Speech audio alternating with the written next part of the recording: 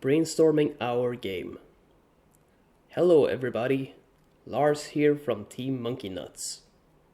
This is our team. It's not photoshopped at all, obviously. Now, we're making a video game for this assignment because we're gaming students. Making anything else, like a Waffle House, would be a little strange, so we're sticking to gaming and what we know, although waffles do sound pretty good. Anyway, let's talk about how the group was formed and what we discussed. It began with Magnus, an online student using a monkey smiley in the Noroff chat on Skype. When I saw this, I was naturally amazed by this awesome ape, and we started spamming it in the chat, having our fun while bothering other people. You know, which is the best kind of humor if you ask me. Then Susann showed up later and also began using it. Now, me and Susann and Magnus knew each other from last year, so this group was pretty easily formed. And then Amber and Christoffer joined Skype shortly afterwards and wanted to join our group as well, but we all insisted that the team name should be affiliated with Flower Power or Monkeys somehow. Which they naturally agreed with. They thought that would go without saying, so. But then, as with most conversations, we started talking about my nuts for some reason, and shortly afterwards, we thought of Team Monkey Nuts. So this was the start of a beautiful, emotional roller coaster of a friendship. So, what did Team Monkey Nuts decide to make, and how did we reach that decision? Well, we began talking about what kind of games we individually like to play, and some games came up like Counter-Strike and Rust. Now, if we were to make a hybrid game, we'd end up with Fallout 4, but that's already being made by a bigger and more talented studio. So, we needed to think differently, and in order to get a more thought-provoking conversation going, we decided to play Cards Against the Humanity. For those of you who don't know, this is an online game where you use cards to come up with humoristic sentences. Now, there were some political combinations also, involving Donald Trump and other famous people. And so we started discussing politics as a group and how weird Donald Trump is. I know if you happen to read the newspapers or watch TV, you know he has a lot of crazy things going on. For instance, he has absurd ideas while at the same time wearing a dead badger on his head. And yeah, I don't know. Anyway, we thought about a card-based game where you try and run for president while being a violent idiot like Donald Trump. But after a while, we thought that was too strategic and required too much thought. And that wasn't something we as a inexperienced developing group would like to do. We wanted to do the Flappy Bird approach, where the game takes like 2-3 days to make, and the whole idea is sometimes it's better to just do things rather than overthink it. So instead, we asked ourselves if it wouldn't be more fun to have a monkey-based game and have it inspired, and have the protagonist inspired by Donald Trump, have him jump around in a 2D environment, trying to become president while timing jumps, solving political issues, while also shooting stuff. Now, I don't know about you guys, but we here at Team Monkey Nuts would definitely like to see Donald Trump and Hillary Clinton doing something like this in a split-screen versus mode kind of fashion thing. And this is how we ended up with this concept. Monkeys in suits. Head of ape. Race to become head of ape by collecting more banana votes than your rival, while at the same time climbing trees in a split-screen kind of style. You need to bribe fellow monkeys with cash to increase the number of bananas they throw. And you also need to hinder your opponent by using explosive grenade apples. Other than that, may the best ape win. Hi there, I'm Sue, and I'm going to talk a little bit about our brainstorming when it comes to game aesthetics. There were a couple of things we brainstormed in great detail, and there were a couple of things that we agreed on pretty much straight away. The things that we brainstormed were what the game would look like, so the basic style, and whether we would have 2D or 3D game aesthetics. We googled a bunch of different games, like World of Goo, The Missing Ink, Shadowrun Returns, Sonic, Worms 3D, and other games that we thought might fit the style. We showed each other until everyone was on the same page. We wanted a 2D background, and we wanted some cool, exaggerated animations, cartoon vibe characters with vivid colours all around. So then the question became, did we want 2D characters or did we want 3D characters? I suggested 2D, and Lars and Amber both suggested 3D would work quite well. So we discussed it back and forth for a while, and the experience in the group is mostly with 3D animation, and therefore we decided the 3D animation would probably be easier for the group as a whole, and therefore increase the success chance of our project. I suggested we make the 3D quite simple, and Lars agreed that there should be low poly characters.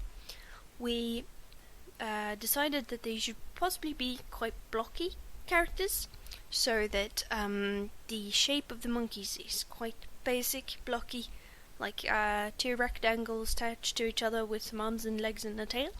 And then we do all the customization in skins and reskinning and making the skins interesting. So there's my second slide, which features two pictures. I'll only briefly talk about the vividly, brightly coloured one. You can stare at it while I'm talking about the other one. So that describes our two monkeys, and they're going to chase up these trees, and there are vivid colours, and the monkeys are quite simple. They're quite like these rectangular creatures with wavy, waggly arms. Who knows if that's the final art style we'll go for, but that was my mental image of it when we were talking about it. In the corner, we have a more basic image which we used partially to decide whether we would have a side-scroller or an up-scroller. So, while we were talking about it, some people pictured a side-scroller and some of us pictured an up-scroller. So when we started talking about this, we realised that half the group had been picturing a side-scroller all along, which led us to talk about in depth more whether we wanted a side-scroller or an up-scroller. Because they're monkeys and they're trying to, race each other, it made more sense to us that they would be going upwards, climbing up some trees and, racing upwards, because monkeys, they climb and they jump and, that's kind of what they do. I don't think they would be running around on the ground that much. So we had some discussion about that, and we decided on up-scrolling, which led us to the discussion of how will we make this work on mobile devices. Because that was our first idea, that we'd have a cross-platform game that would work on mobile devices as well as browsers and everything. In the end, we thought about split screens, we thought about having the game work in portrait mode and you could have a local multiplayer on tablets, or a few different options. In the end, we decided, you know what, it's going to be more straightforward and easier if we just make it a browser game, ignore the tablet devices entirely, and you know what, we can come back to that if the game's a hit. We'll make the second game be workable on mobile devices. So in the end, it's a up-scroller for browser. Here's my third slide about monetization. I don't think we even discussed it, we just sort of decided separately and then all agreed that it should be a free-to-play model. We started discussing what we could sell. Would it be maps? Would it be game power-ups? Would it be, what kind of thing would we sell? I suggested we sell skins, so you can customize your monkey to be your kind of cool monkey, and pretty much everyone agreed on that, because we don't want to do pay to win, and we don't want to be scummy and release parts of the game only available to people who pay. We want the gameplay to be essentially available to everyone. And then you can customize it as you wish if that's something you want to spend money on and you'd like to support us. So we agreed on that. We also discussed maybe we should have some non-intrusive adverts. Maybe the trees will have some billboards on them with adverts. Maybe on the score screen there will be an advert you can click to make some extra ad revenue. So that's a possibility we haven't discarded. It's there. We'll see closer once we start researching more into that. So, for the target audience, we first thought it would be a good game for the younger audience, so we initially set the target around 8+. But then we thought about ourselves, and we are all above 20, and we agreed that we would all enjoy a game like this, and even some of our older and younger family members. So we feel that our game appeals to a young audience with the cartoony style and simple gameplay, but it also appeals to an older audience through the political satire within the game. The gameplay is based around vertical platforming, so it will naturally draw in some of the people who enjoy playing these types of games. When it comes to the marketing, we want to get our game out there and make it something that people want to check out and that people share between themselves. The first thing that came to mind for most of us was to get the game out to YouTubers and game bloggers, because these people have a huge following of all kinds of people. We also would like to make sure that the game bloggers and YouTubers emphasize that the game is free to play and anyone can pick it up for free. I'm gonna talk a little bit about the interface. When we were brainstorming about how we wanted the interface, we decided it should be simple and clean. At first we considered 2-button interface, but discarded it when we decided not to support mobile devices. You have all your standard movement keys, WASD for movement, space for jump, and your mouse to aim and throw different objects at your opponent.